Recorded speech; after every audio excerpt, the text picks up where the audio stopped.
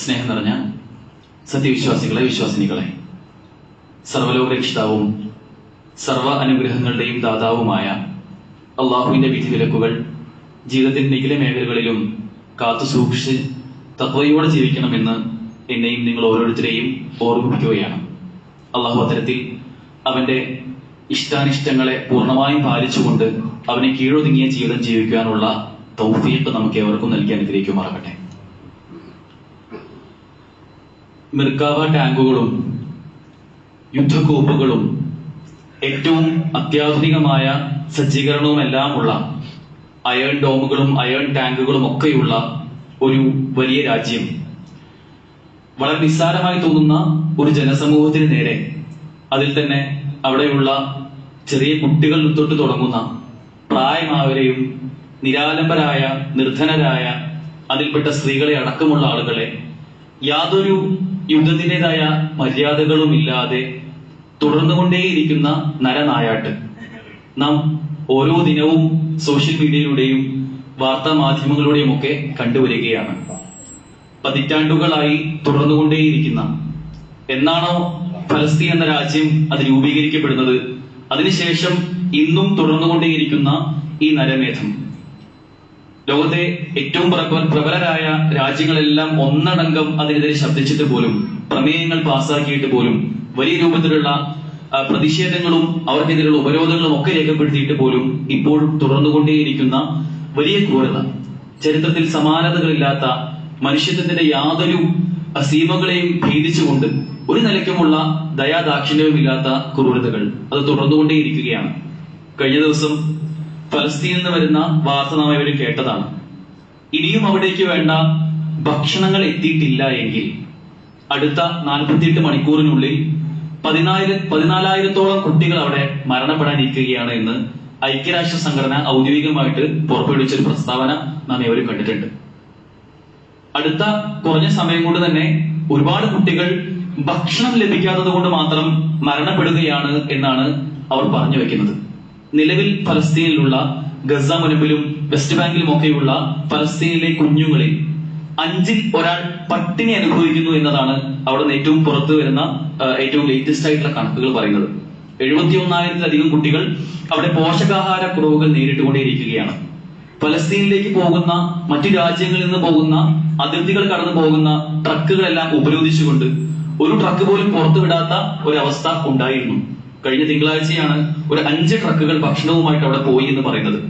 ആ 5 ട്രക്കുകൾ പോയതിനെ ഐക്യരാഷ്ട്ര സംഘടനയുടെ ഒരു ഉത്തരവാദിത്തപ്പെട്ട വ്യക്തി വിശേഷിപ്പിച്ചത് സമുദ്രത്തിലേക്ക് ഒരു തുള്ളി വെള്ളം ഇറ്റിച്ചാൽ എങ്ങനെയുണ്ടാവുമോ അതാണ് ഇപ്പോൾ പോയ ഈ 5 ട്രക്കുകൾ.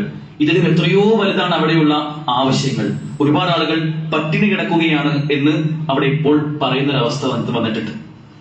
സാധാരണഗതിയിൽ യുദ്ധങ്ങൾ നടക്കുന്ന സമയത്ത് യുദ്ധത്തിൻ്റെതായ സാധന സാമഗ്രികളും പടക്കോപ്പുകളും ഒക്കെ തീരുന്ന അവസ്ഥ പലപ്പോഴും ഉണ്ടാവാറുണ്ട്.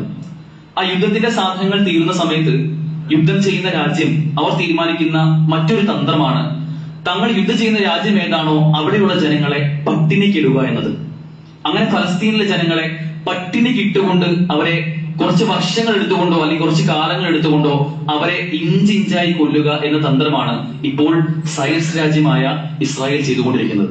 യഥാർത്ഥത്തിൽ ഇത്തരം വിഷയങ്ങൾ ഓരോ ദിവസവും വാർത്തകളായി നമ്മൾ കണ്ടുകൊണ്ടേയിരിക്കുമ്പോൾ പരിതപിച്ചുകൊണ്ടല്ലാതെ നമുക്ക് ആർക്കും ആ വാർത്തകളിലൂടെ കടന്നു പോകാൻ സാധിക്കാറില്ല. ഇതെല്ലാം നിരന്തരം വരുമ്പോൾ പോലും നമുക്കുണ്ടാവേണ്ട ചില ചിന്തകളാണ് ഇന്ന് സൂചിപ്പിക്കാൻ ആഗ്രഹിക്കുന്നത്. പലപ്പോഴും ഇത്തരം വാർത്തകൾ നിരന്തരം കണ്ടുകൊണ്ടിരിക്കുമ്പോൾ മറവിയിലേക്ക് പലപ്പോഴും ഫലസ്തീനിലെ ജനതകളെ നാം സ്വാഭാവികമായി വിട്ടയക്കുന്നുണ്ടോ എന്നൊന്ന് ഗൗരവത്തിൽ ആലോചിച്ച് നോക്കേണ്ടതുണ്ട്. നമ്മുടെ മറവിക്ക് ഇരയാവേണ്ടവരല്ല ഫലസ്തീനിലെ ജനതകൾ. അവിടെയുള്ള ചെറിയ കുഞ്ഞുങ്ങൾ പോലും നമ്മുടെ മറവിക്ക് ഇരയായി കഴിഞ്ഞാൽ സഹോദരങ്ങളെ, പിന്നെ ആരാണ് അവർക്ക് വേണ്ടി പ്രാർത്ഥിക്കുക? നമുക്ക് ചെയ്യാനുള്ള എല്ലാ നിലയ്ക്കുള്ള സഹായ സഹകരണങ്ങളും അത് നമ്മൾ മാനസികമായി നമ്മുടെ പ്രാർത്ഥനാ മൂലങ്ങളിൽ നമുക്ക് ഉണ്ടാകുന്ന ചെറിയ ചില ചിന്തകൾ മുതൽ നമുക്ക് ആരംഭിക്കേണ്ടതുണ്ട്. ഫലസ്തീനോടുള്ള ഐക്യദാർഢ്യം. യഥാർത്ഥത്തിൽ ഇവിടെ പറഞ്ഞു വരുന്നത് ഇപ്പോൾ ഫലസ്തീൻ അനുഭവിക്കുന്ന ഏറ്റവും വലിയ ഒരു വിഷയം എന്നത് അവിടുത്തെ പട്ടിണിയാണ്. ഭക്ഷണത്തിനായി ഒന്നുമില്ലാത്ത, ഭക്ഷിക്കാനായി പോഷകങ്ങളുള്ള ഭക്ഷണം പോയിട്ട് ഒന്നുമേ ലഭിക്കാത്ത ഒരു സാഹചര്യം ഫലസ്തീനിലെ ജനത അനുഭവിച്ചുകൊണ്ടേയിരിക്കുകയാണ്. പട്ടിണിയും വിശപ്പും രണ്ടാണ്. നമ്മളെല്ലാവരും വിശപ്പ് അനുഭവിച്ച ആളുകളാണ്, വിശപ്പ് അനുഭവിക്കുന്നവരാണ്. ഒരുപക്ഷെ ഇന്ന് ഈ ജുമാക്ക് ശേഷം നമുക്കൊക്കെ ഭക്ഷണം കഴിക്കാൻ ആഗ്രഹം ഉണ്ടാവും. വിഭവസമൃദ്ധമായ ഭക്ഷണം നമ്മുടെ വീട്ടിലോ ഹോട്ടലിലോ എവിടെയെങ്കിലും നമ്മൾ കരുതി വെച്ചിട്ടുണ്ടാവും. അവിടേക്കുള്ള ആ യാത്ര എത്തുന്നത് വരെ നമുക്കൊക്കെ വിശപ്പ് അനുഭവപ്പെടാറുണ്ട്. അല്ലെങ്കിൽ റമദാനിലെ 30 ദിവസവും വിശപ്പിന്റെ ഒരു വേദനയും കാഠിന്യവും അനുഭവിച്ച ആളുകളാണ് നമ്മളൊക്കെ. പക്ഷെ നമ്മൾ ആരും പട്ടിണി അനുഭവിച്ചിട്ടില്ല. വിശപ്പും പട്ടിണിയും രണ്ടും രണ്ടാണ്. നിരന്തരമായി ഈ വിശപ്പ് വരുന്ന, മുമ്പിൽ ഭക്ഷണം ഇല്ലാത്ത അവസ്ഥ വരുമ്പോഴാണ് യഥാർത്ഥത്തിൽ പട്ടിണിയിലേക്ക് മനുഷ്യർ പോകാറുള്ളത്. പട്ടിണി കൊണ്ട് അള്ളാഹു എല്ലാവരെയും പരീക്ഷിക്കാറില്ല. എന്നാൽ ചില ആളുകൾ പട്ടിണി കൊണ്ട്, വിശപ്പ് കൊണ്ടും പട്ടിണി കൊണ്ടും ഭക്ഷ്യക്ഷാമം കൊണ്ടും ഒക്കെ പരീക്ഷിക്കുമ്പോൾ നമുക്കുണ്ടാവേണ്ട ചില ചിന്തകളുണ്ട്. ആമുഖത്തിൽ ഓതി വെച്ച ആയത്ത്, അള്ളാഹു അള്ളാഹു സുബ്ഹാനഹു വതആല അള്ളാഹു ഉപജീവനം വിശാലമാക്കി കൊടുക്കുന്നു. അള്ളാഹു ഉദ്ദേശിക്കുന്ന ആളുകൾക്ക്, അത് പരിമിതപ്പെടുത്തുകയും ചെയ്യുന്നു അള്ളാഹു ഉദ്ദേശിക്കുന്ന ആളുകൾക്ക്. എന്നാൽ ചില ആളുകളൊക്കെ അള്ളാഹു ഉപജീവനം വിശാലമാക്കി കൊടുത്ത് എല്ലാ വിഭവങ്ങളും ഭക്ഷണങ്ങളും പാനീയങ്ങളും ആസ്വാദനങ്ങളും എല്ലാം കൊടുത്ത ചില ആളുകളൊക്കെ ചിന്തിക്കുന്ന ചില ചിന്തകളാണ് അള്ളാഹു പറയുന്നത്. അവരെല്ലാം, ചില ആളുകൾ, അവർ ദുനിയാവിനെ കൊണ്ട്, ഈ ഭൗതികമായ ജീവിതത്തെ അമിതമായി അവർ ആഹ്ലാദിക്കുകയാണ് ചെയ്യുന്നത്. എന്നാൽ പരലോകത്തെ വെച്ച് നിങ്ങൾ ആലോചിച്ച് നോക്കുമ്പോൾ നിങ്ങൾക്ക് ഇവിടെ ലഭിക്കുന്ന ചില ആസ്വാദനങ്ങൾ ഉണ്ടല്ലോ, അത് ഭക്ഷണമാവട്ടെ പാനീയമാവട്ടെ, നിങ്ങൾക്ക് സന്തോഷവും സുഖവും ലഭിക്കുന്ന എന്തെല്ലാം വിഭവങ്ങളാവട്ടെ, അതെല്ലാം നിസ്സാരമാണ് എന്ന് നിങ്ങൾ ഒരിക്കലും വിസ്മരിച്ചു പോകരുത് എന്ന് അല്ലാഹു സുബ്ഹാനഹു വതആല ഇവിടെ പറയുകയാണ്. പലപ്പോഴും നമ്മളെല്ലാവരും നമ്മുടെ ചിന്താമുഖരങ്ങളിൽ നമുക്ക് നിസ്സാരമായി തോന്നിയ ഒരു അനുഗ്രഹമാണ് വിശപ്പ്, അല്ലെങ്കിൽ അള്ളാഹു നമുക്ക് നൽകിയ ഭക്ഷണം എന്നത്. അള്ളാഹു ഭക്ഷണം നമുക്ക് നൽകിയെന്നത് പലപ്പോഴും ഒരു അനുഗ്രഹമായി നമ്മൾ കാണാത്ത, ആ കൂട്ടത്തിൽ പെടുത്താത്ത ഒന്നായി നമുക്ക് പലപ്പോഴും ചിത്രീകരിക്കാൻ കഴിയും. അണ്ടർ എസ്റ്റിമേറ്റ് ചെയ്യപ്പെട്ടു പോയ ഒരു അനുഗ്രഹമാണ് അള്ളാഹു നമുക്ക് നൽകിയ ഭക്ഷണം എന്നത്. ഭക്ഷണം ഇല്ലാത്തൊരവസ്ഥ അതൊരിക്കലും പ്രസംഗിച്ചാലോ കേട്ടാലോ വായിച്ചാലോ നമുക്ക് ബോധ്യപ്പെടുകയില്ല. ഭക്ഷണം ഇല്ലാതെ കുറഞ്ഞൊരു സമയം നമ്മൾ മാറിയിരിക്കുമ്പോൾ, നോമ്പിൽ ഒരു 10-14 മണിക്കൂർ നമ്മൾ അനുഭവിച്ചിട്ടുണ്ടാവും. അതിനുമപ്പുറം നിരന്തരമായി തൊട്ടു മുമ്പിൽ ഭക്ഷണം ഉണ്ടായിട്ടും കഴിക്കാത്ത അവസ്ഥയാണ് നമുക്ക് നോമ്പിലുള്ളത്. എന്നാൽ ഭക്ഷണം ഒരിക്കലും ലഭിക്കാത്ത ഒരു അവസ്ഥ നമ്മൾ ആരും അനുഭവിച്ചിട്ടില്ല. അത് അനുഭവിച്ചെങ്കിലേ അതിന്റെ വിലയും കാഠിന്യവും നാം തിരിച്ചറിയുകയുള്ളൂ എന്നാണ് പലപ്പോഴും നാം തിരിച്ചറിയേണ്ടത്. മലയാളത്തിൽ ഒരു പ്രശസ്തമായ ഒരു കഥയുണ്ട്. ആ കഥയിൽ ഒരു കുട്ടി, ആ കുട്ടി വളരെ ചെറിയ പ്രായമാണ്, സ്കൂളിലേക്ക് പോകുന്ന ഒരു പ്രായമാണ്. അവരുടെ വീട്ടിൽ എന്നും പട്ടിണിയാണ്. ഉപ്പയും ഉമ്മയും അവര് മാത്രമുള്ള ഒരു 3 കുടുംബമാണ് അവരുടെ കുടുംബം. അവർ സ്കൂളിലേക്ക് പോയി തുടങ്ങുന്ന പ്രായമാണ്. സ്കൂളിലേക്ക് പോയി എന്നും പട്ടിണിയായിക്കൊണ്ട് സ്കൂളിലേക്ക് പോയി കിട്ടുന്ന ആ ഉച്ചക്കഞ്ഞി മാത്രം പ്രതീക്ഷിച്ചു പോകുന്ന ഒരു കുട്ടി, അവൻ സ്കൂൾ വിട്ട് ഒരു ദിവസം വൈകുന്നേരം തിരിച്ച് വീട്ടിലേക്ക് വരുമ്പോൾ തന്റെ വീട്ടിന്റെ പൂമുഖത്തായി വെള്ള പുതപ്പ് മൂടിക്കിടക്കുന്ന തന്റെ ഉപ്പയെയാണ് അവൻ കാണുന്നത്. ആ ഉപ്പയെ കണ്ട ഉടനെ ആ ഉപ്പയുടെ അടുക്കിലേക്ക് പോയി, ഉപ്പ ഇന്ന് എന്താ ഭക്ഷണം കഴിക്കാനുള്ളത് എന്ന് ചോദിക്കാൻ മാത്രം നിഷ്കളങ്കമായ അവന്റെ മനസ്സ് ഒരുപാട് ആളുകളെ കണ്ടപ്പോൾ അവൻ ചോദിച്ചില്ല. ശേഷം അവന് മനസ്സിലായി അവന്റെ ഉപ്പ മരണപ്പെട്ടു എന്നത്. ഉപ്പ മരണപ്പെട്ട ശേഷം ഒരു ദിവസം കഴിഞ്ഞു, അവനൊന്നും ലഭിച്ചില്ല ഭക്ഷണത്തിനായി. 2ാമത്തെ ദിവസം കഴിഞ്ഞു, അവനൊന്നും ലഭിച്ചില്ല. എന്നാൽ 3ാമത്തെ ദിവസമായപ്പോൾ ഇരുട്ടറയിൽ കഴിയുന്ന തന്റെ ഉമ്മയ്ക്കും തനിക്കുമായി കൊണ്ട് അവിടെ കൂടിയിട്ടുള്ള ഒരുപാട് ആളുകൾ ഒരുപാട് ഭക്ഷണം കൊണ്ടുവന്നു. വിഭവസമൃദ്ധമായ, അവൻ കഴിക്കാൻ ഒരുപാട് ആഗ്രഹിച്ച ഭക്ഷണം അവൻ ലഭിച്ചപ്പോൾ അവൻ മതിമറന്നത് കഴിക്കുകയായി. ആ 3ാമത്തെ ദിവസം അവൻ ലഭിച്ച ഭക്ഷണം അവൻ ആസ്വദിച്ച് കഴിച്ചു.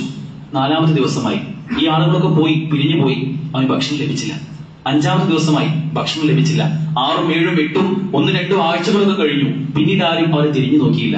അപ്പോഴവന് ബോധ്യപ്പെട്ടു, 3ാമത്തെ ദിവസം, ഒരു വ്യക്തി മരണപ്പെട്ട ശേഷം 3ാമത്തെ ദിവസമാവുമ്പോൾ ഇവിടെ എന്തെങ്കിലും ഒക്കെ കൊടുക്കുന്ന ഒരു ചടങ്ങ്, ഭക്ഷണം വിതരണം ചെയ്യുന്ന ഒരു ചടങ്ങ് ഇവിടെ ഉണ്ട് എന്ന് ബോധ്യപ്പെടുകയും അവന് മനസ്സിലാവുകയാണ് ആ ചടങ്ങിന്റെ ഭാഗമായിക്കൊണ്ട് മാത്രമാണ് എനിക്ക് ഭക്ഷണം ലഭിച്ചത് എന്ന്. ഇത് കേട്ടപ്പോ, ഇത് മനസ്സിലാക്കിയപ്പോ നിഷ്കളങ്കമായ ആ കുട്ടി ഇരുട്ടറയിൽ കഴിയുന്ന അവന്റെ അമ്മയുടെ അടുക്കിലേക്ക് പോകുന്നുണ്ട്. അവന്റെ ഉമ്മാനോട് അവൻ ചോദിക്കുകയാണ്, ഉമ്മ എപ്പോഴാണ് മരണപ്പെടുക? ഉമ്മ മരണപ്പെട്ട് കഴിഞ്ഞാലും എനിക്ക് ഇതുപോലെ 3ാമത്തെ ദിവസമാവുമ്പോൾ എനിക്ക് ഭക്ഷണം ലഭിക്കുമല്ലോ, എങ്കിൽ ഉമ്മ എപ്പോഴാണ് മരണപ്പെടുക എന്ന് ചോദിക്കുന്ന ഒരു കുട്ടിയുടെ കഥ പലപ്പോഴും പറയാറുണ്ട്. ഞാൻ ഇതിലേക്ക് ആ കുട്ടിയുടെ ധാർമ്മികതയിലേക്കോ അതിന്റെ ഫിറ്റിങ്ങിലേക്കോ അല്ല പോകുന്നത്, മറിച്ച് ഇത്തരം കഥകൾ നമുക്ക് നൽകുന്ന ചില പാഠങ്ങളുണ്ട്. വിശപ്പ് എന്നത് മനുഷ്യരൊരിക്കലും സഹിക്കാൻ കഴിയാത്ത അത്രമേൽ പ്രയാസകരമായ ഒന്നാണ് എന്നാണ് ഇതെല്ലാം നമ്മെ ബോധ്യപ്പെടുത്തുന്നത്. ഈ വിശപ്പ് എന്ന അള്ളാഹുവിന്റെ ഒരു അനുഗ്രഹം കൂടിയാണ് വിശപ്പ്. ആ വിശപ്പ് ഉള്ളത് കൊണ്ടാണ് യഥാർത്ഥത്തിൽ മനുഷ്യന്റെ ആത്യന്തികമായ എല്ലാ പുരോഗതിക്കും അത് കാരണമായിട്ടുള്ളത്. മനുഷ്യന്റെ പുരോഗതി ഉണ്ടാവണമെങ്കിൽ മനുഷ്യൻ എന്തെങ്കിലും ഒരു ചേതോ വികാരം ഉണ്ടാവണം, എന്തെങ്കിലും ഒരു പണിയെടുക്കണം, എനിക്ക് ഇന്നൊരു ലക്ഷ്യം വേണം എന്നുള്ള ഒരു വികാരം മനുഷ്യൻ ഉണ്ടാവേണ്ടതുണ്ട്. ആ വികാരമായിരുന്നു യഥാർത്ഥത്തിൽ വിശപ്പ്. ആ വിശപ്പ് മാറ്റാൻ ആവശ്യമായ എല്ലാ പ്രക്രിയകളുമാണ് ചരിത്രാതീത കാലം മുതൽ തന്നെ മനുഷ്യരായ നമ്മുടെ പൂർവികരെല്ലാം ചെയ്തു വരുന്നത്.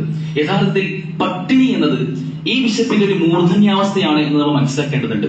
ഇതൊക്കെ പറയുമ്പോൾ നമ്മൾ ആലോചിച്ച് നോക്കും, അതിപ്പോ ഫലസ്തീനിലല്ലേ, ഫലസ്തീനിലെ ഗസയിലെ ഒരു പിടി കുട്ടികളുടെ കാര്യമല്ലേ നിങ്ങൾ ഈ പറയുന്നത് എന്ന് ഒരിക്കലും നമ്മൾ ചിന്തിക്കരുത്. സഹോദരങ്ങളെ, നമ്മുടെ എല്ലാം ചുറ്റിലും ഈ പട്ടിണി കിടക്കുന്ന ഒരുപാടധികം ആളുകളുണ്ട്. ആഗോള പട്ടിണി സൂചിക ഗ്ലോബൽ ഹങ്കർ ഇൻഡെക്സ് പ്രകാരം ഇന്ത്യയുടെ സ്ഥാനം 105ാമത്തെ സ്ഥാനത്താണ്, ഏറ്റവും പുതിയ കണക്കുകൾ പ്രകാരം. അത്രത്തോളം ആളുകൾ ഇന്ത്യയിൽ പട്ടിണി അനുഭവിക്കുന്നുണ്ട് എന്നതാണ്. എന്നാൽ നമ്മൾ ആലോചിക്കും, അതിപ്പോ ബംഗാളിലും ഒറീസയിലും യു പിയിലും ഒക്കെ ആയിരിക്കും. എന്നാൽ അല്ല, നമ്മുടെ കേരളത്തിൽ നമ്മുടെയൊക്കെ നാടിന്റെ പരിസരങ്ങളിൽ ഒന്ന് അങ്ങാടിയിലേക്ക് ഇറങ്ങിക്കഴിഞ്ഞാൽ, ഒരു രാത്രി അങ്ങാടിയിൽ ഇറങ്ങിക്കഴിഞ്ഞാൽ അവിടെ അങ്ങാടിയിൽ കാണുന്ന, റെയിൽവേ സ്റ്റേഷന്റെ പരിസരത്ത് കാണുന്ന, ബസ് സ്റ്റാൻഡുകളിൽ കാണുന്ന, അല്ലെങ്കിൽ ഹോസ്പിറ്റലുകളുടെ സൈഡിലൊക്കെ അന്തി ഉറങ്ങുന്ന ഒരുപാട് കുടുംബങ്ങളുണ്ട്. സർക്കസ് കൂടാരങ്ങളുടെ സൈഡിലൊക്കെ ഒരുപാട് അന്തി ഉറങ്ങുന്ന നാടോടികളുണ്ട്. അത്തരം ആളുകളൊക്കെ എന്നും രാത്രി നമ്മെ പോലെ വളരെ വൈവിധ്യങ്ങളായ രുചിയൂർന്ന ഭക്ഷണം കഴിച്ചുകൊണ്ടല്ല ഉറങ്ങാറുള്ളത്. എന്തെങ്കിലുമൊക്കെ കിട്ടിയാൽ അതായി എന്ന് ചിന്തിക്കുന്ന ആളുകൾ. നമുക്ക് യഥാർത്ഥത്തിൽ ഇവിടെ വലിയ പാഠങ്ങളുണ്ട്. ഭക്ഷണം എന്നത് അത് എത്ര നിസ്സാരമായി കാണുന്ന ഒരു ഈത്തപ്പഴത്തിന്റെ ഒരു ചീളാണെങ്കിൽ പോലും അതുകൊണ്ട് നിങ്ങൾ നരകത്തെ കാത്തു സൂക്ഷിക്കുക എന്ന് പറഞ്ഞ റസൂലിന്റെ പാഠത്തിലൊക്കെ നമുക്ക് ലഭിക്കുന്ന ഭക്ഷണങ്ങൾ അത് ഏത് നിസ്സാരമായി കാണുന്ന എത്ര ചെറുതാണെങ്കിൽ പോലും അത് നമുക്ക് വലിയ പാഠങ്ങളുണ്ട്. അത് വലിയ അനുഗ്രഹമാണ്. അതിന്റെ വൈവിധ്യങ്ങളെ തേടി നമ്മൾ പോകുമ്പോൾ, രുചിക്കൂട്ടുകളിൽ ഓരോന്നും പുതിയ പുതിയ ഓരോ സംഗതികൾ നമ്മൾ മിക്സ് ചെയ്ത് പലപ്പോഴും കണ്ടെത്താൻ വേണ്ടി പോകുമ്പോൾ അതിന്റെ പുതിയ ഇനങ്ങൾ, പുതിയ തരങ്ങൾ, ഏറ്റവും പുതിയ മെനുകൾ. ഒരു ഹോട്ടലിൽ പോയി കഴിഞ്ഞാൽ അവിടുത്തെ മെനു നമ്മൾ നോക്കിക്കഴിഞ്ഞാൽ തീർത്താൽ തീരാത്ത, മറിച്ചാലും അറിയാത്ത അത്ര മെനു ലിസ്റ്റ് വലുതായിക്കൊണ്ടിരിക്കുമ്പോൾ നമ്മൾ ആലോചിച്ച് നോക്കേണ്ട ചില കാര്യങ്ങളുണ്ട്. ഇന്ന് പുതിയ തലമുറ പുതിയ ഭക്ഷണ വിഭവങ്ങൾ തേടിയുള്ള യാത്രയിലാണ്. ഇതൊക്കെ നമുക്കവിടെ ഒരു ഭാഗത്ത് മാറ്റി നിർത്താമെങ്കിലും ഇത് ഭക്ഷണത്തിന്റെ വിഷയത്തിൽ അള്ളാഹു നമുക്ക് നൽകിയ അനുഗ്രഹമാണ് എന്ന് ബോധ്യപ്പെടുമ്പോഴാണ് നമുക്കിതിലുള്ള ചില തിരിച്ചറിവുകൾ നേടാൻ സാധിക്കുക. ഒന്നാമതായി നമുക്ക് ഉണ്ടാവേണ്ട ചിന്ത, ഫലസ്തീനിലെ ആ ജനതയും നമ്മുടെ പരിസരങ്ങളിലുള്ള ഒരുപാടധികം ആളുകളും ഭക്ഷണത്തിന്റെ വിഷയത്തിൽ വലിയ പ്രയാസങ്ങൾ നേരിട്ടുകൊണ്ടിരിക്കുമ്പോൾ അള്ളാഹു സുബ്ഹാനഹു വ തആല എനിക്കും നിങ്ങൾക്കും ഒന്നും ആ വിഷയത്തിൽ ഒരു പരീക്ഷണവും നൽകിയിട്ടില്ല. ഇത് നമ്മൾ തിരിച്ചറിയേണ്ടത്, ഈ അനുഗ്രഹത്തിന്റെ ഗൗരവവും വലിപ്പവും നമ്മൾ ബോധ്യപ്പെടേണ്ടത് ഇത് എപ്പോഴാണ് നമുക്ക് നഷ്ടം വരിക ആ സമയത്ത് ആലോചിച്ചുകൊണ്ടാണ്. കഴിഞ്ഞ കുറച്ചു കാലം മുമ്പാണ് നമ്മുടെയൊക്കെ അയൽ സംസ്ഥാനമായ തമിഴ്നാട്ടിൽ മദ്രാസിൽ, ചെന്നൈയിൽ വെള്ളപ്പൊക്കം വന്നത്. ആ വെള്ളപ്പൊക്കം വന്ന സമയത്ത് ഏറ്റവും ധനികരായ ആളുകൾ പോലും അവരുടെ വീടിന് മുന്നിൽ കൈകൾ നീട്ടിക്കൊണ്ട് ഭക്ഷണത്തിന്റെ പൊതി ആഗ്രഹിച്ച ഒരു സമയം ഉണ്ടായിരുന്നു. നമ്മുടെയൊക്കെ നാടുകളിലും ഈ ഒരു അവസ്ഥ വിദൂരമല്ല. നല്ലൊരു മഴ പെയ്തു കഴിഞ്ഞാൽ നമ്മുടെ വീടും അടുക്കളയും ഒക്കെ നല്ല മഴവെള്ളം കയറി കഴിഞ്ഞാൽ അവിടെയുള്ള ഭക്ഷ്യയോഗ്യമായ വിഭവങ്ങളൊക്കെ ഒലിച്ചു പോയി കഴിഞ്ഞാൽ തീരാവുന്നതേ ഉള്ളൂ നമ്മുടെയും ആ ഭക്ഷണ വിഷയത്തിലുള്ള ഒരു അഹങ്കാരവും ഒക്കെ. അതൊക്കെ നമുക്ക് ചൂണ്ടിക്കാണിക്കുന്നത് എപ്പോൾ നമുക്ക് ഭക്ഷണം ലഭിക്കണമെങ്കിൽ അത് അള്ളാഹു നമുക്ക് നൽകിയാലേ ബോധ്യപ്പെടുകയുള്ളൂ. അത് റാസിഖാണ് അള്ളാഹു. അള്ളാഹു നമ്മെ ഭക്ഷണം ഊട്ടുന്നവനാണ്.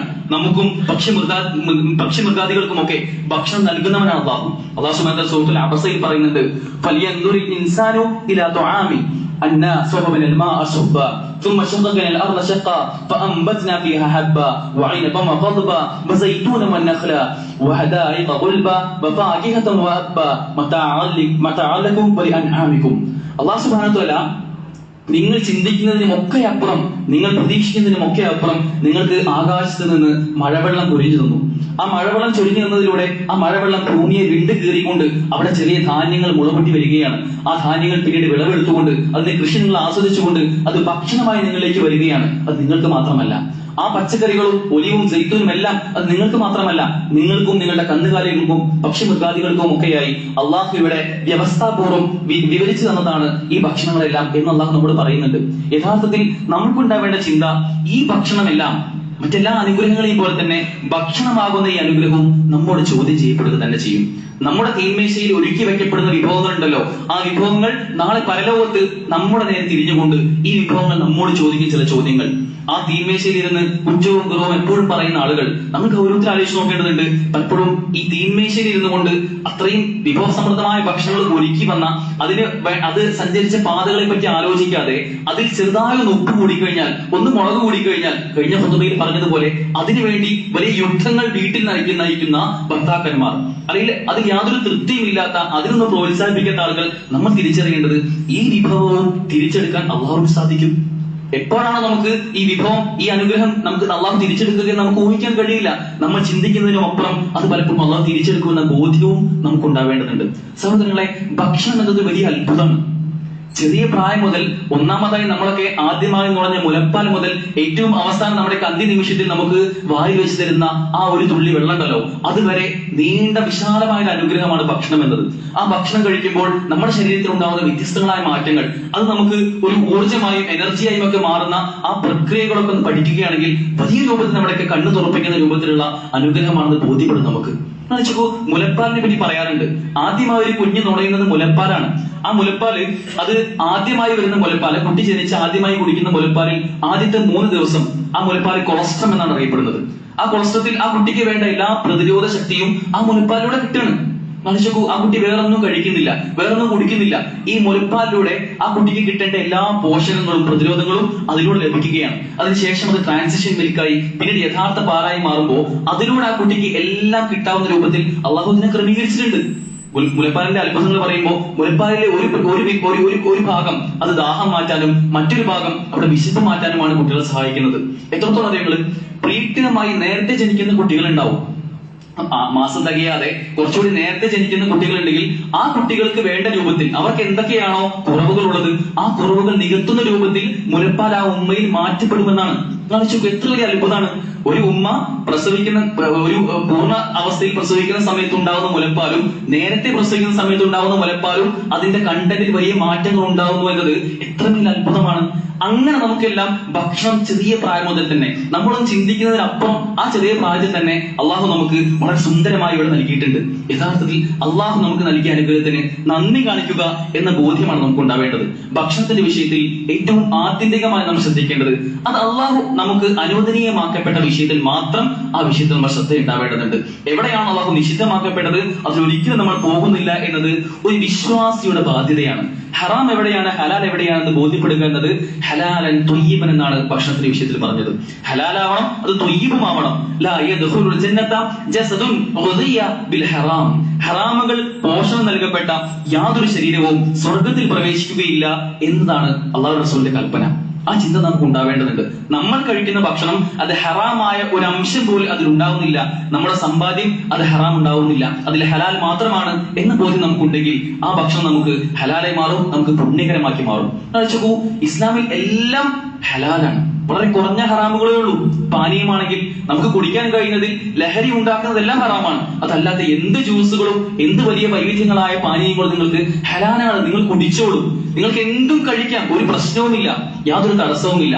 ഇന്ന ചില കാര്യങ്ങൾ, പന്നിമാംസം നിങ്ങൾ കഴിക്കാൻ പാടില്ല, അള്ളാഹു അല്ലാത്തവരുടെ മേൽ അറുക്കപ്പെട്ട ചില കാര്യങ്ങൾ കഴിക്കാൻ പാടില്ല എന്ന ചില കൽപ്പനകൾ മാത്രം, ഹറാമാക്കുന്ന ആ സംഗതികൾ മാത്രം നിങ്ങൾ മാറ്റി നിർത്തി കഴിഞ്ഞാൽ നിങ്ങൾക്ക് രുചിക്കാനാവുന്ന ഒരുപാട് അനുഗ്രഹമായിക്കൊണ്ടാണ് അള്ളാഹു ഭക്ഷണത്തിൽ നൽകുന്നത്. സാന്ദർഭികം ഓർമ്മിപ്പിക്കാനുള്ളത് ബലികർമ്മമാണ്. ബലിപെരുന്നാൾ വരാനിരിക്കുകയാണ്. ഉളുഹിയത്തിൽ നമ്മുടെ ഒരു ഷെയർ കൂടി ഉണ്ടാവുന്ന കാര്യം നമ്മൾ ഉറപ്പിക്കണം. കാരണം ആ ഉളുഹിയത്ത്, ആ ബലി, അത് അള്ളാഹുവിന്റെ പ്രീതി ആഗ്രഹിച്ചുകൊണ്ടാണ് നമ്മൾ ചെയ്യുന്നത്. ആ ബോധ്യം നമുക്ക് ഉണ്ടാവേണ്ടതുണ്ട്. സഹോദരങ്ങളെ, നമ്മുടെ ഇബാദത്തുകൾ സ്വീകരിക്കണമെങ്കിൽ നമുക്ക് അത്തരത്തിൽ നമ്മുടെ ഭക്ഷണത്തിൽ ഹറാം കലരുന്ന അവസ്ഥ ഒരിക്കലും ഉണ്ടാവാൻ പാടില്ല. അത്തരം ഹറാമ് കലർന്നു എന്ന് ബോധ്യപ്പെട്ടപ്പോൾ സ്വഹാബിമാരായ ആളുകൾ അവരുടെ വായിൽ വിരലിട്ടുകൊണ്ട് അത് ഛർദ്ദിക്കുന്ന അവസ്ഥ വരെ വന്നിട്ടുണ്ട്. സ്വഹാബിമാർ രാവിലെ ഉപജീവനത്തിന് വേണ്ടി അവർ വീട്ടിൽ നിന്ന് പുറത്തിറങ്ങുമ്പോൾ സ്വഹാബ വനിതകൾ അവരോട് പറയുമായിരുന്നു, ഇത്തഖുല്ലാഹ്, നിങ്ങൾ അള്ളാഹുവിനെ സൂക്ഷിക്കണം കേട്ടോ, അള്ളാഹുവിനെ സൂക്ഷിച്ചുകൊണ്ട് ഹലാലായത് മാത്രം സമ്പാദിച്ചുകൊണ്ട് വരണം, ഹറാം ഒരിക്കലും ഞങ്ങൾക്ക് കൊണ്ടുതരരുത് എന്ന് അവരോട് പറയാറുണ്ട് എന്നുള്ളതാണ്. അത്തരത്തിൽ നമുക്ക് അള്ളാഹു നൽകിയ അനുഗ്രഹത്തെ ഹലാലുകളുടെ മാത്രം കൊണ്ടുപോയി റബ്ബിന് നന്ദി ചെയ്യുന്ന രൂപത്തിൽ മാറ്റാൻ നമുക്ക് സാധിക്കേണ്ടതുണ്ട്. എങ്ങനെയാണ് ഭക്ഷണത്തിൽ നമ്മൾ അള്ളാഹു നന്ദി കാണിക്കുക? റസൂലിന്റെ ചര്യയെ എങ്ങനെയാണ് നമ്മൾ ഭക്ഷണത്തിന്റെ വിഷയത്തിൽ നമ്മൾ ചേർത്ത് വെക്കുക? ചില ആളുകളൊക്കെ ഉണ്ട്, റസൂലിന്റെ ഒരു കൽപ്പന ഭക്ഷണത്തിന്റെ വിഷയത്തിൽ ഉണ്ടെങ്കിൽ എന്നാൽ അത്ര വലിയ കാര്യമാക്കേണ്ടതുണ്ടോ, അത് ചെറിയൊരു സുന്നത്തല്ലേ എന്ന് പറയുന്ന ഒരവസ്ഥ ഒരിക്കലും നമുക്ക് ഉണ്ടാവാൻ പാടില്ല. അത്രയൊക്കെ സൂക്ഷ്മത ആവശ്യമുണ്ടോ എന്നൊക്കെ ചിന്തിക്കുന്ന ആളുകളുണ്ട്. അതൊന്നും നമുക്കുണ്ടാവേണ്ട ഒരു പ്രതീതിയല്ല. നമ്മൾ ചിന്തിക്കേണ്ടത്, അള്ളാന്റെ റസൂല് ഭക്ഷണത്തിന്റെയോ മറ്റേത് വിഷയത്തിലും ഒരു ചെറിയ നിസ്സാരമായ ഒരു സുന്നത്ത് പറഞ്ഞിട്ടുണ്ടോ, അത് സുന്നത്താണെങ്കിൽ തീർച്ചയായും നാളെ പരലോകത്ത് നമുക്ക് ഉപകാരം ലഭിക്കുന്ന സംഗതിയാണ്. അത് ചെയ്യരുതെന്നൊരു കാര്യം പറഞ്ഞിട്ടുണ്ടെങ്കിൽ നമ്മൾ ചെയ്യാൻ ചിന്തിക്കുകയാണെങ്കിൽ, നമ്മൾ ഇവിടെ നാട്ടിലെ സ്റ്റാറ്റസും മറ്റൊക്കെ ആലോചിച്ച് ആ നിഷിദ്ധമാക്കപ്പെട്ട സംഗതി ചെയ്യാൻ അത് നിസ്സാരമല്ലേ എന്ന് ചിന്തിച്ചുകൊണ്ട് ചെയ്യാൻ തീരുമാനിക്കുകയാണെങ്കിൽ അത് നമുക്ക് നാളെ വലിയ നഷ്ടമേ ഉണ്ടാക്കുകയുള്ളൂ. എന്താണ് ഭക്ഷണത്തിന്റെ വിഷയത്തിൽ നമുക്ക് ലഭിച്ച നാം ചെയ്യേണ്ട, അള്ളാഹു നന്ദി കാണിക്കേണ്ട വിഷയങ്ങൾ നമുക്കറിയാവുന്ന കാര്യങ്ങളാണ്. പക്ഷെ പലപ്പോഴും പലപ്പോഴും നമ്മൾ മറന്നു പോകുന്ന, എവിടെയൊക്കെ നമുക്ക് പിഴവ് സംഭവിച്ചു പോകാവുന്ന ചില കാര്യങ്ങൾ എണ്ണി പറയുകയാണെങ്കിൽ, ആദ്യമായി കൈ കഴുകണം ഭക്ഷണത്തിന് മുമ്പ്. ഭക്ഷണം തന്നവർക്ക് വേണ്ടി പ്രാർത്ഥിക്കാൻ നമ്മൾ തയ്യാറാവണം. എപ്പോഴാണ് നമുക്ക് ഭക്ഷണം ലഭിക്കുന്നത്, അത് ആരാണോ ഒരു അതിഥിയായി നമുക്ക് ലഭിക്കുന്ന ഭക്ഷണമാണോ എങ്കിൽ നമ്മൾ അവർക്ക് ബർക്കത്തിന് വേണ്ടി പ്രാർത്ഥിക്കണം. അല്ലാഹു മുബാരിക് ലനാ ഫീഹി വഅത്ഇംനാ ഖൈറൻ മിൻഹു എന്നുള്ള പ്രാർത്ഥന, അവർക്ക് ഖൈറും ബർക്കത്തും ഒക്കെ ലഭിക്കാനുള്ള പ്രാർത്ഥന നമ്മൾ ചെയ്യണം. അതുപോലെ തന്നെ ബിസ്മി ചൊല്ലിക്കൊണ്ടായിരിക്കണം കഴിക്കേണ്ടത്. ബിസ്മി ചൊല്ലുക എന്നത് അത് നിർബന്ധമായി നമ്മൾ കണക്കാക്കേണ്ടതാണ്. അള്ളാഹുവിന്റെ ബർക്കത്ത് നമുക്ക് ലഭിക്കണമെങ്കിൽ, ശൈത്താൻ അതിൽ നിന്ന് പോകണമെങ്കിൽ നമ്മൾ ബിസ്മി ചൊല്ലിക്കഴിഞ്ഞാൽ ശൈത്താൻ അവിടെ പറയും എനിക്ക് ഇന്നിവിടെ ഭക്ഷണമില്ല എന്നത്. അത്തരത്തിൽ നമ്മുടെ ഭക്ഷണം പുറമെ അള്ളാഹുവിന് മാത്രമായിക്കൊണ്ടായിരിക്കണം, അള്ളാഹുവിന്റെ നാമം ഉച്ചരിച്ചുകൊണ്ടായിരിക്കണം. എങ്ങാനും മറന്നു കഴിഞ്ഞാൽ ബിസ്മില്ലാഹി ഫി അവ്വലിഹി വ ആഖിറിഹി എന്നുള്ള ആ പ്രാർത്ഥന നമ്മൾ പ്രാർത്ഥിക്കണം. വലത് കൈകൊണ്ട് മാത്രം കഴിക്കണം. ശൈത്താനാണ് ഇടത് കൈകൊണ്ട് കഴിക്കുക എന്ന് അല്ലാഹു റസൂൽ പറയുന്നുണ്ട്. ചില ആളുകളൊക്കെ ഭക്ഷണം വലത് കൈകൊണ്ട് കഴിക്കും, പക്ഷെ വെള്ളം ഇടത് കൈകൊണ്ട് കുടിക്കുകയും ചെയ്യും. ഒരിക്കലും നമുക്ക് ചേർന്ന ഒരു രീതിയല്ല ഇത്. ഭക്ഷണം എങ്ങനെയാണോ കഴിക്കുന്നത് അതുപോലെ തന്നെ വെള്ളവും വലത് കൈകൊണ്ട് തന്നെയാണ്. ഇപ്പൊ ചിലരൊക്കെ ആളുകൾ പറയാറുണ്ടാവും, അതിപ്പോ വലത്തെ കയ്യിൽ എച്ചിൽ ഉണ്ടാവില്ലേ, ഈ എച്ചിൽ കൊണ്ട് എങ്ങനെയാണ് വെള്ളത്തിന്റെ പാത്രം കുടിക്കുക? സഹോദരൻ, നമ്മൾ കഴിക്കുന്ന ആ ഭക്ഷണം കഴിക്കുന്ന പാത്രത്തിലും ഈ എച്ചിൽ ഉണ്ടാവില്ലേ? ആ പാത്രവും വീട് പോയി കഴുകേണ്ടേ? അതുപോലെയാണ് വെള്ളത്തിന്റെ കുപ്പി ഉണ്ടാവുക, വെള്ളത്തിന്റെ ഗ്ലാസും ഉണ്ടാവുക എന്ന് ചിന്തിച്ചുകൊണ്ട് റസൂലിന്റെ കൽപ്പനയാണോ, പിന്നെ നമുക്ക് നാട്ടിലെ സ്റ്റാറ്റസും ആളുകൾ എന്ത് ചിന്തിക്കുമെന്നൊന്നും ചിന്തിക്കാനില്ല. മറിച്ച് അവിടെ മാന്യമായിക്കൊണ്ട് അത് വലത്തെ കൈകൊണ്ട് തന്നെ കുടിക്കാനുള്ള ഒരു ശ്രദ്ധ നമുക്ക് ഉണ്ടാവണം. ഇനി അത് ഡിസ്പോസിബിൾ ഗ്ലാസ് ആണോ, ഒന്നും പേടിക്കാനില്ല. ഈ രൂപത്തിൽ അല്ലാഹു റസൂലിന്റെ കൽപ്പനകൾ ചേർത്ത് വയ്ക്കാൻ നമുക്ക് സാധിക്കേണ്ടതുണ്ട്. അതുപോലെ തന്നെ ഇരുന്നു കൊണ്ട് കുടിക്കുക, നിലത്തിരുന്നോട് കുടിക്കുക എന്നതാണ് കൽപ്പനയുള്ളത്. നമുക്ക് കസാരയിൽ ഇരുന്നും കുടിക്കാം. ചാരി ഇരുന്നുകൊണ്ട് ഭക്ഷണം കഴിക്കാതിരിക്കുക, അതുപോലെ കമിഴ്ന്ന് കിടന്നുകൊണ്ട് ഭക്ഷണം കഴിക്കാതിരിക്കുക, ഒന്നിച്ചിരുന്ന് ഭക്ഷണം കഴിക്കുക. ഒന്നിച്ചിരുന്ന് കഴിക്കുന്നതിനാണ് നിങ്ങൾക്ക് ബർക്കത്തുള്ളത് എന്ന് റസൂൽ സ്വല്ലല്ലാഹു അലൈഹി വസല്ലം പറഞ്ഞു തരുന്നുണ്ട്. കൂട്ടായ്മയിലാണ്, ജമാഅത്തിലാണ് ബർക്കത്ത് എന്നുള്ള റസൂൽ അവിടെ പറഞ്ഞു തരികയാണ്. യഥാർത്ഥത്തിൽ നാം ആലോചിച്ച് നോക്കേണ്ടത്, പുതിയ തലമുറയുമായി ചേർന്നിരിക്കാനുള്ള നല്ലൊരു അവസരമാണ് യഥാർത്ഥത്തിൽ നമ്മുടെ ഭക്ഷണ മേശകളെല്ലാം. നമ്മുടെ തീന്മേശകൾക്ക് ചുറ്റും ഇരുന്ന് നമ്മൾ പിതാവും മാതാവും മക്കളും എല്ലാം ഒന്നിച്ചിരുന്ന് അവർക്ക് പങ്കുവയ്ക്കാനുള്ള അന്നത്തെ ദിവസത്തെ വിശേഷങ്ങളൊക്കെ പങ്കുവയ്ക്കുന്ന രൂപത്തിലുള്ള ഒരു തീന്മേശയായിക്കൊണ്ട് നമ്മുടെയൊക്കെ വീടിന്റെ അകങ്ങൾ മാറേണ്ടതുണ്ട്. അങ്ങനെ ഒന്നിച്ചിരിക്കുന്ന ഒരു ഇടമായി നമ്മുടെയൊക്കെ ഭക്ഷണ മേശകൾ മാറിക്കഴിഞ്ഞാൽ, അതുപോലെ തന്നെ ചില മര്യാദകളാണ്. പാത്രത്തിന്റെ ഏറ്റവും അടുത്ത ഭാഗത്ത് നിന്ന് കഴിക്കുക. അതിൽ തന്നെ 3 വിരൽ കൊണ്ട് കഴിക്കാൻ കഴിയുന്നൊക്കെ കാരക്ക പോലത്തെ വിഷയങ്ങൾ, അതൊക്കെ 3 വിരൽ കൊണ്ട് തന്നെ എടുത്ത് കഴിക്കുക എന്നതും ഒരു സുന്നത്താണ്. അതുപോലെ തന്നെ ചൂട് മാറിയ ശേഷം മാത്രം കഴിക്കുക. ചൂടുള്ള ഒരു പാനീയമാണ് ലഭിക്കുന്നതെങ്കിൽ അതിലേക്ക് ഊതാതിരിക്കുക എന്നതും അല്ലാഹു റസൂലിന്റെ കൽപ്പനയാണ്. ചില ആളുകളൊക്കെ എന്താ കൊണ്ട് ഊതിയ എന്നുണ്ടാവുമ്പോൾ എന്ന് ചിന്തിക്കുന്ന ആളുകളുണ്ട്. ആ ഒരു രീതി ഒരിക്കലും നമുക്ക് ചേർന്നതല്ല.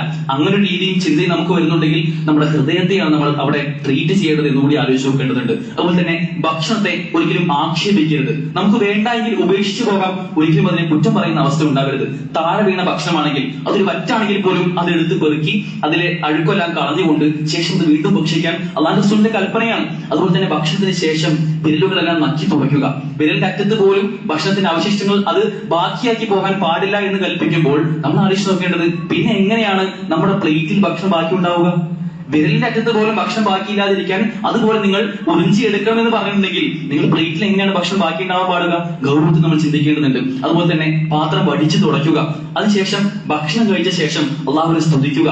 അൽഹംദുലില്ലാഹി അല്ലദീ അത്അമനി ഹാദാ വറസഖനിഹി മിൻ ഗൈരി ഹൗലി മിനി വലാ ഖുവ എന്ന പ്രാർത്ഥന. അള്ളാഹുവേ, എന്റെ കഴിവോ എന്റെ ശക്തിയോ ഒന്നും കൊണ്ടല്ല, നിന്റെ അനുഗ്രഹം കൊണ്ട് മാത്രമാണ് ഞാൻ ഈ ഭക്ഷണം ആസ്വദിച്ചത്, നിനക്കാണ് സർവ്വസ്തുതിയും എന്ന് പറയുന്ന, ഇങ്ങനെ പ്രാർത്ഥിച്ചു കഴിഞ്ഞാൽ ഗുഫിറ ലഹു മാ തഖദ്ദമ മിൻ ദംബി, അവന്റെ മുൻകഴിഞ്ഞ പാപങ്ങളെല്ലാം അല്ലാഹു സുബ്ഹാനഹു വ തആല പുറത്തു തരും എന്ന് പറഞ്ഞിട്ടുള്ള ആ പ്രാർത്ഥനയും പ്രാർത്ഥിക്കുക. അതുപോലെ തന്നെ മറ്റൊരുപാട് വിഷയങ്ങൾ. ഭക്ഷണത്തിന്റെ പാത്രം നിങ്ങൾ മൂടി വെക്കുക. സ്വർണത്തിന്റെയും വെള്ളിയുടെയും പാത്രത്തിൽ കഴിക്കാതിരിക്കുക. ഇനി വെള്ളം കുടിക്കുന്ന വിഷയത്തിലാണെങ്കിൽ പോലും ഇരുന്ന് കുടിക്കുക, 3 തവണയായി കുടിക്കുക. അങ്ങനെ ഒരുപാട് സുന്നത്തുകൾ നമുക്ക് ഭക്ഷണത്തിന്റെ വിഷയത്തിൽ കാണാൻ കഴിയും. ഇതെല്ലാം പാലിക്കുന്നതിലൂടെ മാത്രമാണ് അള്ളാഹു നമുക്ക് നൽകിയ ഭക്ഷണമാകുന്ന അനുഗ്രഹത്തിൽ നമുക്ക് അള്ളാഹു നന്ദി കാണിക്കാൻ കഴിയുകയുള്ളൂ. അതുപോലെ തന്നെ ചെയ്യാൻ പാടില്ലാത്ത ചില കാര്യങ്ങളുമുണ്ട്. ഭക്ഷണത്തിന്റെ വിഷയത്തിൽ ഒരിക്കലും ധൂർത്തി നമുക്ക് ഉണ്ടാവാൻ പാടില്ല. അതിലൊരു അമിതത്വം ഉണ്ടാവാൻ പാടില്ല. അതിലൊരു ആർത്തി ഉണ്ടാവാൻ പാടില്ല. ഇന്ന് പലപ്പോഴും ഭക്ഷണം വേസ്റ്റ് ആവുന്ന ഒരു ഇടമാണ് നമ്മുടെയൊക്കെ വിവാഹ സൽക്കാരങ്ങൾ, വിവാഹ പാർട്ടികൾ. അവിടെയെല്ലാം ആവശ്യത്തിനും അനാവശ്യത്തിനും ഒക്കെയായി ഏറ്റവും നല്ല വിഭവങ്ങൾ ആരാണ് ഉണ്ടാക്കുന്നത്, ആ രൂപത്തിൽ ചിന്തിച്ചുകൊണ്ട് അതൊരു മത്സരമായി കാണുന്ന ഒരു സാഹചര്യമുണ്ട്. ആവശ്യമായത് ഒരു വലിമയാണെങ്കിൽ മാന്യമായ രൂപത്തിൽ അത് ഒരുക്കുവാനുള്ള ശ്രദ്ധയും നമുക്ക് ഉണ്ടാവേണ്ടതുണ്ട്. മറ്റൊരു സംഗതി നമ്മൾ പാലിക്കേണ്ടത് ഭക്ഷിപ്പിക്കലാണ്. അള്ളാഹു നമുക്ക് നൽകിയ അനുഗ്രഹമാണ് ഭക്ഷണം ആവശ്യത്തിന് രുചികരമായി വൈവിധ്യമായി നമ്മുടെ മുമ്പിൽ ഉണ്ടാവുന്നു എന്നത്. സഹോദരങ്ങളെ, ആ ഭക്ഷണം നമുക്ക് ലഭിച്ച ഭക്ഷണത്തെ മറ്റുള്ളവരെ ഭക്ഷിപ്പിക്കാൻ കൂടി നമ്മൾ നമ്മുടെ ശ്രദ്ധയും സമയവും മാറ്റിവെക്കേണ്ടതുണ്ട്. അള്ളാഹുവിന്റെ റസൂല് മദീനയിൽ വന്ന സമയത്ത് അവിടെ ആദ്യമായി അവിടെയുള്ള മദീനയിലെ അൻസ്വാരികളോടൊക്കെ പറഞ്ഞ വിഷയമായിരുന്നു അഫ്ശുസ്സലാം, നിങ്ങൾ സലാം വ്യാപിപ്പിക്കുക. അതോട് ചേർത്ത് പറഞ്ഞ വിഷയമാണ് നിങ്ങൾ ഭക്ഷിപ്പിക്കുകയും ചെയ്യുക എന്നത്. നിങ്ങളുടെ സ്വർഗപ്രവേശനത്തിന് അത് കാരണമാവുമെന്നും നിങ്ങളുടെ പദവികൾ ഉയർത്താനത് കാരണമാവും, നിങ്ങൾ വിജയികളായി മാറുന്നത് കാരണമാവുമെന്നും, നിങ്ങൾ കൊടുക്കുമ്പോൾ ഏറ്റവും ഇഷ്ടമുള്ളവ കൊടുക്കണം എന്നുള്ള ഖുർആന്റെ കൽപ്പന പാലിച്ചുകൊണ്ട് നിങ്ങൾക്ക് ഏറ്റവും ഇഷ്ടമുള്ളത് എന്താണോ അത് നിങ്ങൾ ദാനം ചെയ്യാൻ തയ്യാറാവണമെന്നും അല്ലാഹു റസൂൽ നമുക്ക് പറഞ്ഞിരിക്കുകയാണ്. നിങ്ങളുടെ അയൽവാസി പട്ടിണി കിടക്കുമ്പോൾ നമ്മൾ വയറു നിറച്ച് ഭക്ഷണം കഴിക്കുകയാണെങ്കിൽ അവൻ എന്നിൽപ്പെട്ടവനല്ല. അവൻ എത്രമേൽ സ്വലാത്ത് ചെയ്യുന്നവരും ദിക്ർ ചൊല്ലുന്നവരും ഒക്കെയാണെങ്കിൽ പോലും അവൻ എന്നിൽപ്പെട്ടവനല്ല എന്ന് അല്ലാഹു റസൂൽ പറഞ്ഞിട്ടുണ്ടെങ്കിൽ നമ്മൾ കഴിക്കുന്ന ഭക്ഷണത്തിന്റെ ഒരു വിഹിതം അത് നമുക്ക് ബാക്കിയുള്ളവർക്കും പകർന്നു കൊടുക്കാനുള്ള ഒരു ശ്രദ്ധ ഉണ്ടാവേണ്ടതുണ്ട്. അത്തരം ആളുകളാണ് ഏറ്റവും ഉത്തമർ. ഭക്ഷണം ഭക്ഷിപ്പിക്കുന്ന ആളുകളാണ് ഏറ്റവും ഉത്തമർ എന്ന് പറയുന്ന. അത്തരത്തിൽ അതിന് പ്രോത്സാഹനം നൽകാത്ത ആളുകൾ അവർ കാഫിറുകളുടെ കൂട്ടത്തിലാണ് എന്ന് പറയുന്ന ഗൗരവകരമായ അവസ്ഥ നമുക്കുണ്ട്. അതുകൊണ്ട് നമുക്ക് കഴിയുന്ന രൂപത്തിലൊക്കെ ഭക്ഷണം പകുത്തു കൊടുക്കാനുള്ള ഒരു ശ്രദ്ധ കൂടി നമുക്ക് ഉണ്ടാവേണ്ടതുണ്ട്. പ്രത്യേകിച്ചും പുതിയൊരു തലമുറ അവർക്കതിൽ മാതൃകയായി മാറാനുള്ള ഒരു ശ്രദ്ധ നമ്മൾ കാണിച്ചു കൊടുക്കേണ്ടതുണ്ട്. ചില കരച്ചിലിന്റെ രംഗങ്ങളൊക്കെ സിനിമയിലും സീരിയലിലും അല്ലെങ്കിൽ മൊബൈലിലും ടിവിയിലും മാത്രം കാണുന്ന ഒരു പുതിയ തലമുറ വളർന്നു വരികയാണ്. അവർക്ക് കരച്ചിലിന്റെ അല്ലെങ്കിൽ തേങ്ങലിന്റെ ഒരു വൈവിധ്യമായ ഒരു രൂപം നമ്മുടെ ഈ അങ്ങാടികളിൽ നേരത്തെ പറഞ്ഞ ഇടങ്ങളിലൊക്കെ ഉണ്ട് എന്നും അവരെ നേരിട്ട് പോയി കണ്ട് അവർക്ക് വേണ്ട രൂപത്തിലുള്ള ഭക്ഷണം സജ്ജീകരിച്ചു കൊടുക്കാനുള്ള ശ്രദ്ധയും ജാഗ്രതയും അത്തരം കൂട്ടായ്മകളിലുമൊക്കെ നമ്മൾ ഏറ്റവും മുമ്പിൽ ഉണ്ടാവണമെന്നും, ബാക്കി വരുന്നൊരു ഭക്ഷണമാണ് ഒരു വിവാഹ സൽക്കാരമാണെങ്കിൽ അവിടെ ഭക്ഷണം ബാക്കി വരുമെന്ന് നമുക്ക് നേരത്തെ അറിയാമെങ്കിൽ അത് പാക്ക് ചെയ്യാനുള്ള സംവിധാനങ്ങൾ ഉണ്ടാക്കാനും ആ പാക്ക് ചെയ്ത ഭക്ഷണം അന്നേക്ക് അന്നത് കേടുവരാത്ത രൂപത്തിൽ ഇവർക്കെല്ലാം എത്തിച്ചു കൊടുക്കാനുള്ള ഒരു ശ്രദ്ധയും ജാഗ്രതയും നമുക്ക് ഉണ്ടാവണമെന്നും പുതിയ തലമുറയെ ബോധ്യപ്പെടുത്താൻ നമുക്ക് കഴിയണം. അതിന് ഏറ്റവും മുമ്പിൽ അവർ ഉണ്ടാവണം. അത്തരം സംവിധാനങ്ങൾ, അത്താഴക്കൂട്ടങ്ങൾ പോലെയുള്ള വിശപ്പിന്റെ വിളികൾ അറിയുന്ന അത്തരം സംഘടനകളുമായിട്ടൊക്കെയുള്ള ചേർന്ന് നിൽക്കാനുള്ള അതിന്റെ ഏറ്റവും മുന്നിലുണ്ടാകുന്ന അവസ്ഥ നമ്മുടെയൊക്കെ മക്കൾക്കും ഉണ്ടാവണം. അതിനുള്ള ശ്രദ്ധ കൂടി നാം കാണിക്കേണ്ടതുണ്ട്. അത്തരത്തിൽ അള്ളാഹു നമുക്ക് നൽകിയ ഭക്ഷണം എന്ന മഹത്തായ അനുഗ്രഹം, ആ അനുഗ്രഹത്തിന് പൂർണ്ണമായും അള്ളാഹുവിന് കീഴൊതുങ്ങി നന്ദി കാണിക്കുന്ന ഒരു അവസ്ഥ നമുക്ക് ഏവർക്കും ഉണ്ടാവണം. അള്ളാഹുവിനുള്ള തൗഫീഖ് നമുക്ക് ഏവർക്കും നൽകി അനുഗ്രഹിക്കുമാറാകട്ടെ.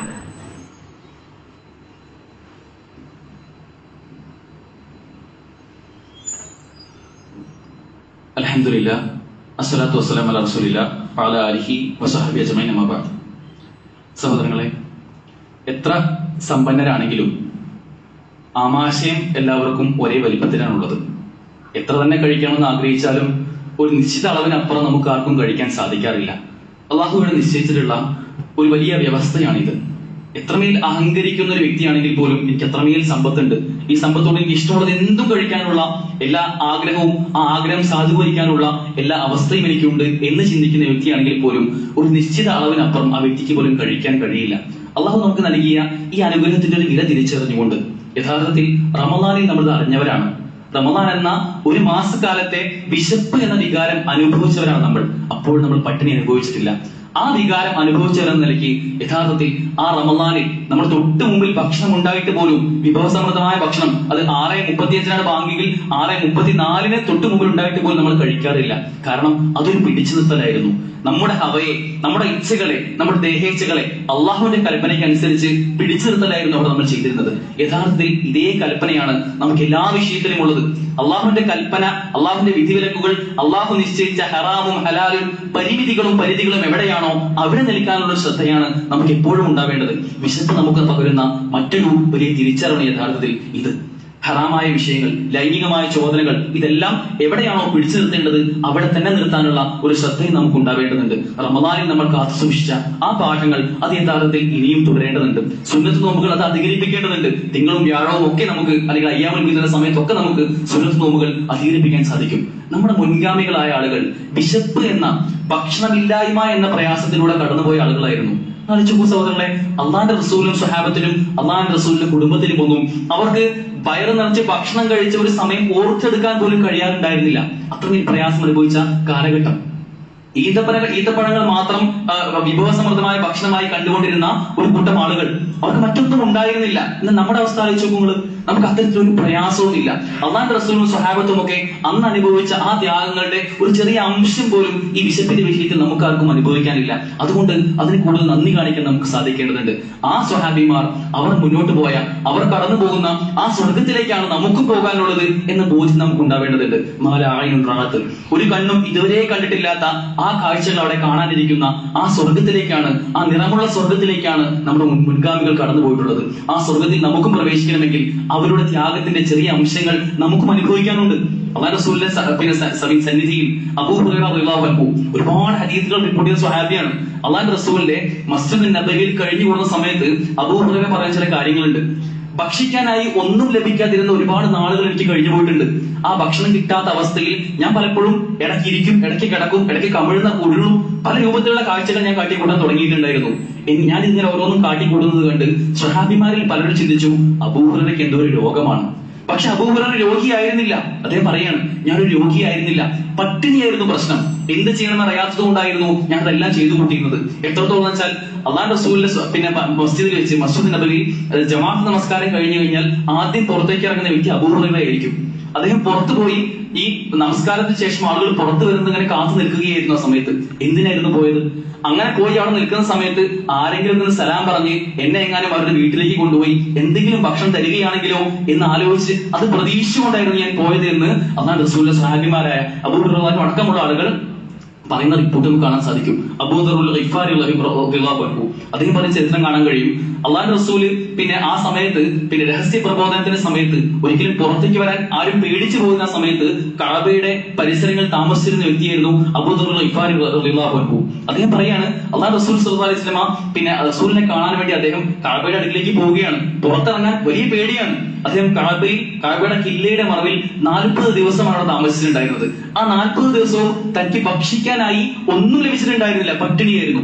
ആകെ കിട്ടിയിരുന്നത് സംസം വെള്ളം മാത്രമായിരുന്നു. ആ സംസം പിന്നെ കുടിച്ചുകൊണ്ട് 40 ദിവസം കഴിഞ്ഞ ഒരു കഥ അദ്ദേഹം പറയുന്നുണ്ട്. ആ സംസമിൽ അദ്ദേഹം മതിയായിരുന്നു. കാരണം അന്ന് അതേ അവർക്ക് ലഭിച്ചിട്ടുണ്ടായിരുന്നുള്ളൂ. സഹോദരങ്ങളെ, അത്തരത്തിൽ വലിയ ത്യാഗങ്ങൾ അനുഭവിച്ച മുൻഗാമികളുടെ ചരിത്രമാണ് നമുക്ക് ഇനി പറയാനുള്ളത്. ആ ചരിത്രം നമുക്ക് വലിയ ഊർജ്ജമാവേണ്ടതുണ്ട്. നമുക്കും അത്തരത്തിൽ ചെറിയ രൂപത്തിലെങ്കിലും നമ്മുടെ ഇബാദത്തുകളിൽ കണിശമായിക്കൊണ്ട് ഈ ഭക്ഷണമാകുന്ന അനുഗ്രഹങ്ങളിൽ അള്ളാഹു നമുക്ക് നൽകിയ സുന്നത്തുകളിൽ കൂടുതൽ ജാഗ്രത കാണിച്ചുകൊണ്ട് ഇതൊരു അനുഗ്രഹമാണ് എന്ന് ബോധ്യപ്പെട്ടുകൊണ്ട് നമുക്ക് വലിയ സൂക്ഷ്മത, ഹറാമിന്റെയും ഹലാലിന്റെയും ഒക്കെ വിഷയത്തിൽ വലിയ ജാഗ്രതയും സൂക്ഷ്മതയും എവിടെയാണോ അത് വേർതിരിയുന്നത്, അത് അള്ളാഹുവിനല്ലാത്തൊരു പിന്നെ മറ്റാർക്കെങ്കിലും വേണ്ടി പൂജിച്ചൊരു ഭക്ഷണമാണെങ്കിൽ അതൊരിക്കലും, അത് ഏത് ആരാധനയുടെ വിഷയത്തിലാണെങ്കിലും എത്ര മതസൗഹാർദ്ദം പറയുകയാണെങ്കിലും അതെനിക്ക് വേണ്ട കേട്ടോ എന്ന് പറയാനുള്ള ഒരു ജാഗ്രത കാണിച്ചുകൊണ്ട് അള്ളാഹു നന്ദി കാണിക്കുന്ന ഈ പറഞ്ഞ ഓരോരോ സുന്നത്തുകളും വളരെ ഗൗരവത്തിൽ സൂക്ഷിക്കുന്ന ആളുകളായി മാറാൻ നമുക്ക് സാധിക്കേണ്ടതുണ്ട്. നമ്മുടെ കുടുംബത്തിൽ, നമ്മുടെ കല്യാണങ്ങളിൽ ഒരിക്കലും ഒരു ധൂർത്തിന്റെയോ അമിതത്വത്തിന്റെയോ ഒരു അംശം പോലും ഉണ്ടാവുന്നില്ല എന്നൊരു ശ്രദ്ധ നമുക്ക് ഉണ്ടാവേണ്ടതുണ്ട്.